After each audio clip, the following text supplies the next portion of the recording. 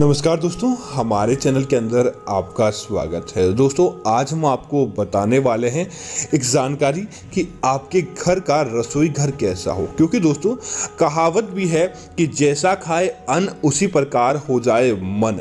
और दोस्तों, घर की रसोई सबसे पवित्र स्थान मानी गई है। वहाँ पर सदैव के लिए भगवान अग्निदेव और महादेवी अन्नपूर्णा का वास होता है। इसी वजह से जैसी वहाँ की रसोई होती है, वहाँ पर उस घर के अंदर उसी के अनुरूप समृद्धि, उसी के अनुरूप घर के अंदर लक्ष्मी का वासा होता है और घर के अंदर सकारात्मक चीजें निवास करती है।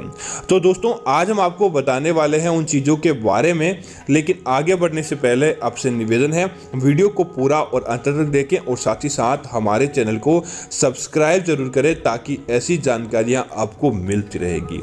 दोस्तों, क्या होता है कि हमारे घर के अंदर सकारात्मकता, नकारात्मकता अर्थात कि अच्छी चीज़ें और बुरी चीज़ें दोनों चीज़ हमारे घर के आसपास और हमारे घर के अंदर निवास करती है। ज़रूरत होती है हमारे द्वारा कि हम कौन सी चीज़ों को स्वीकार करते हैं। अगर हम अच्छी चीज़ों को हमारे पास रखते हैं तो देवी देवता भी हमसे प्रसन्न रहते हैं और भगवान का वासा हमारे घर के अंदर हो जाता है। और दोस्तों, अगर हम नकारात्मक चीज़ों को अपने पास रखते हैं तो नकारात्मकता हमारे घर के अंदर आ जाती है। उसके बाद हमारे घर की और हमारी बर्बादी शुरू हो जाती है और हमें कभी भी अच्छा फल देखने को नहीं मिलता। तो दोस्तों, बात करते हैं कि कैसा रसोई घर आपका होना चाहिए ताकि आपके घर के अंदर समृद्धि देखने को मिले। दोस्तों, सबसे पहले तो आप इस बात का ध्यान रखें, रसोई घर के अंदर जितना ज़्यादा हो सके आप प्लास्टिक के बर्तनों का और प्लास्टिक की चीज़ों का उपयोग कम करें, क्योंकि दोस्तों प्लास्टिक को राहु और केतु का प्रतीक माना जाता है। जिस घर की रसोई घर के अंदर ज़्यादा प्लास्टिक होता है वहाँ पर दोस्तों समझ लीजिए कि राहु का वास हो जाता है। और दोस्तों, राहु कुंडली के लिए कभी भी अच्छा नहीं माना जाता। अगर राहु आपकी कुंडली के अंदर बसेरा कर लेता है तो आपको धन की कमी का सामना और नकारात्मकता का सामना करना पड़ता है। इसी वजह से आप इस बात का जरूर ध्यान रखें, कभी भी रसोई घर के अंदर कम से कम प्लास्टिक का उपयोग करें। और दोस्तों, दूसरी चीज़ है, आजकल शहरों के अंदर जगह सिमट गई है और स्थान विशेष का ध्यान रखा नहीं जाता है। अगर दोस्तों आपके घर के टॉयलेट की और आपके घर की रसोई घर की दीवार एक है तो दोस्तों समझ लीजिए बर्बादी आना निश्चित है और एक समय के अंदर आपके आसपास कंगाली निवास करने लगती है। तो आपको क्या करना चाहिए? अगर ऐसा है तो अब आप घर तो बदल नहीं सकते और न ही टॉयलेट बदल सकते, न ही दीवार बदल सकते हैं।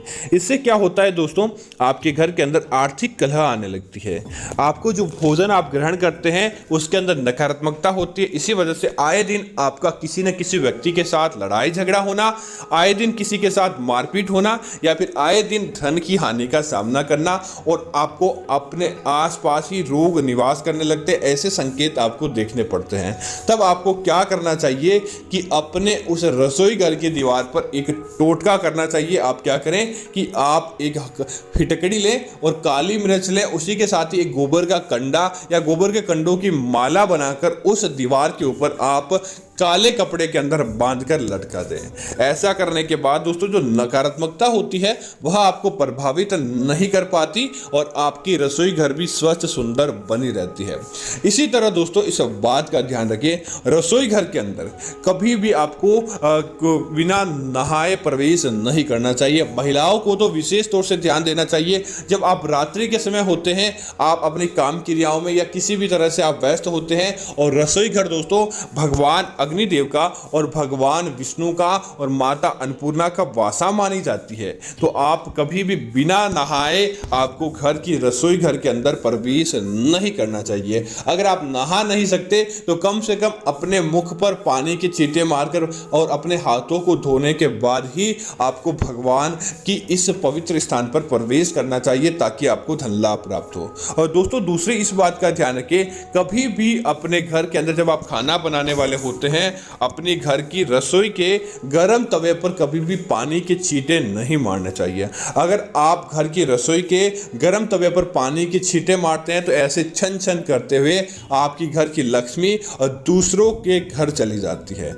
इसी तरह दोस्तों इस बात का ध्यान रखें, ऐसी रसोई जिसके घर के अंदर टपकता हुआ नल हो, रसोई का पानी बार बार टपकता रहता है तो दोस्तों समझ लीजिए कि आपके घर का धन उसी बहते पानी की तरह दूसरों के घर चला जाता है और आपके घर के अंदर कभी भी समृद्धि निवास नहीं करती। ऐसा घर आपको धीरे धीरे बर्बादी की तरफ ले जाता है। इसी वजह से ध्यान रखें, रसोई घर के अंदर कभी भी टपकता हुआ नल नहीं होना चाहिए। और अगली चीज की बात करें तो दोस्तों इस बात का भी ध्यान रखें, रात्रि को रसोई घर के अंदर या ऐसे भी रसोई के अंदर जूठे बर्तनों का ढेर नहीं होना चाहिए। अगर रात को रसोई घर के अंदर जूठे बर्तन होते हैं तो वहां पर दोस्तों नकारात्मकता का वासा हो जाता है। वहां पर से माता अन्नपूर्णा निवास करना बंद कर देती है और वहां पर दोस्तों बुरी शक्तियां, नकारात्मकता और नजर दोष वहां पर हावी हो जाता है। इसी वजह से दोस्तों रात्रि को वहां पर बीमारियां भी निवास करती है